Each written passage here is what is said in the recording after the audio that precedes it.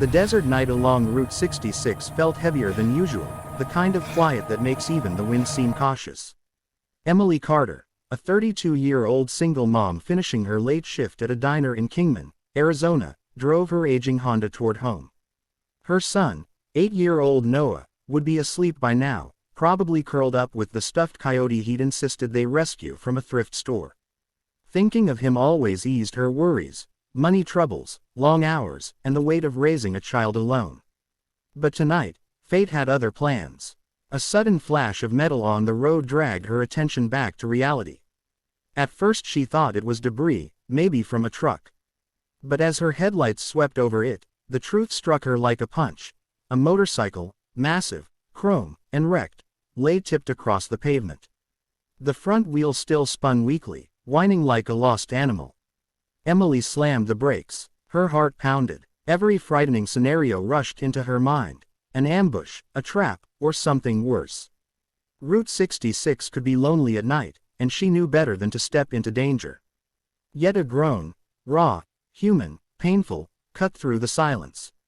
Someone was alive. Emily's instincts, sharpened from her brief EMT training before life forced her into different work, took over. She grabbed the small emergency bag she always kept in the backseat and stepped into the cool desert air.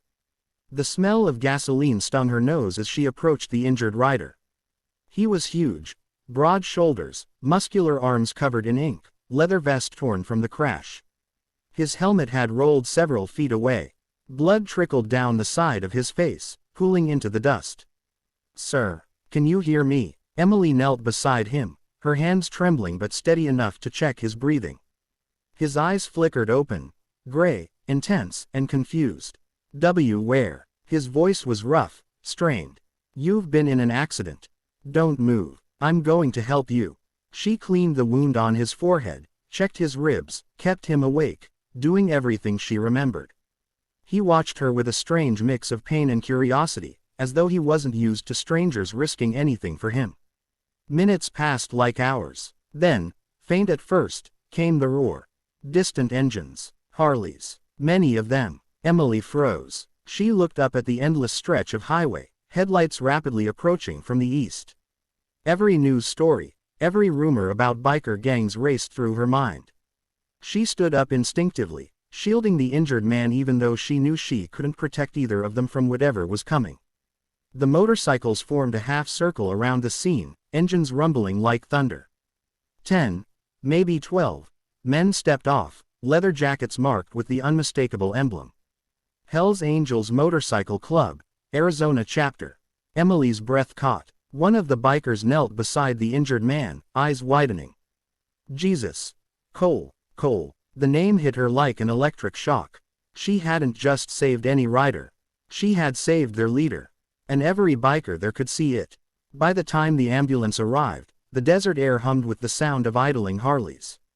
Emily stood awkwardly between two of the Hell's Angels, feeling painfully small compared to their massive frames and intimidating tattoos. Yet none of them spoke harshly. In fact, their faces, hardened by years of rough living, carried something she didn't expect. Respect. Two paramedics loaded Cole Maddox, their critically injured leader, into the ambulance. Emily stepped back, brushing dust from her jeans, unsure whether to stay or quietly disappear. But as she turned toward her car, a biker blocked her path. Not threateningly, more like someone who didn't want her to leave unseen. "You the one who stopped for him?" he asked, his voice deep, but controlled. Emily nodded. I just did what anyone would." The biker huffed, almost a laugh. "Lady, most people would have driven right past." Before she could answer, another man approached. Tall, salt and pepper beard, patches marking him as vice president of the Arizona chapter. His expression was softer than she expected. "Ma'am," he began, "Cole wouldn't be alive if you hadn't helped." "We won't forget that." Emily didn't know what to say. Gratitude from a biker gang wasn't something she'd ever imagined receiving. The vice president continued, "We'll follow the ambulance to Flagstaff. You're welcome to come. Might help the docs to know what you saw." Emily hesitated. Noah was home. The sitter would stay until midnight, but still, she checked her phone. It was only 10:30. "I'll go," she said finally. Just to explain things. A chorus of nods greeted her. One of the men even offered to escort her car, riding ahead of her like a protective shadow as they pulled onto the highway. Flagstaff Medical Center. The hospital lights were blinding after the long dark drive. Emily filled out a brief report with the staff, giving details about Cole's condition when she found him. When she finished, she expected her involvement to be over. But outside the waiting room, the bikers had gathered. Some sat, some paced, all tense. A few looked up when she walked in. The vice president, his name, she learned, was Ridge, motioned her over. He's in surgery. They're working on internal bleeding and a fractured clavicle, Ridge explained. Doc says your first aid kept him from crashing before we got him here.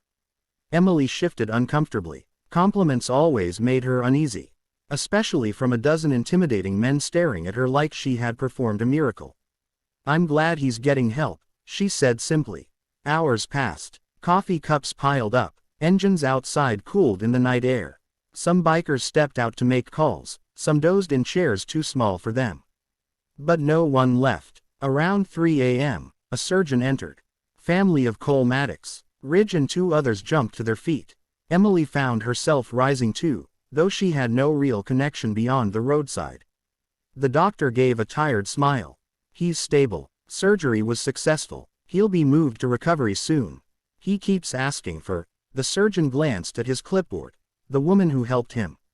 Emily Carter. Emily blinked, stunned. He remembers me. The bikers exchanged looks, surprise mixed with something protective. Ridge turned to her. Cole doesn't ask for people. Ever. Emily felt a chill. Not of fear, but of something she didn't yet understand. She thought the night's chaos was over. But the Hells Angels had already made their decision. From this moment on, Emily and her son would never walk unprotected again.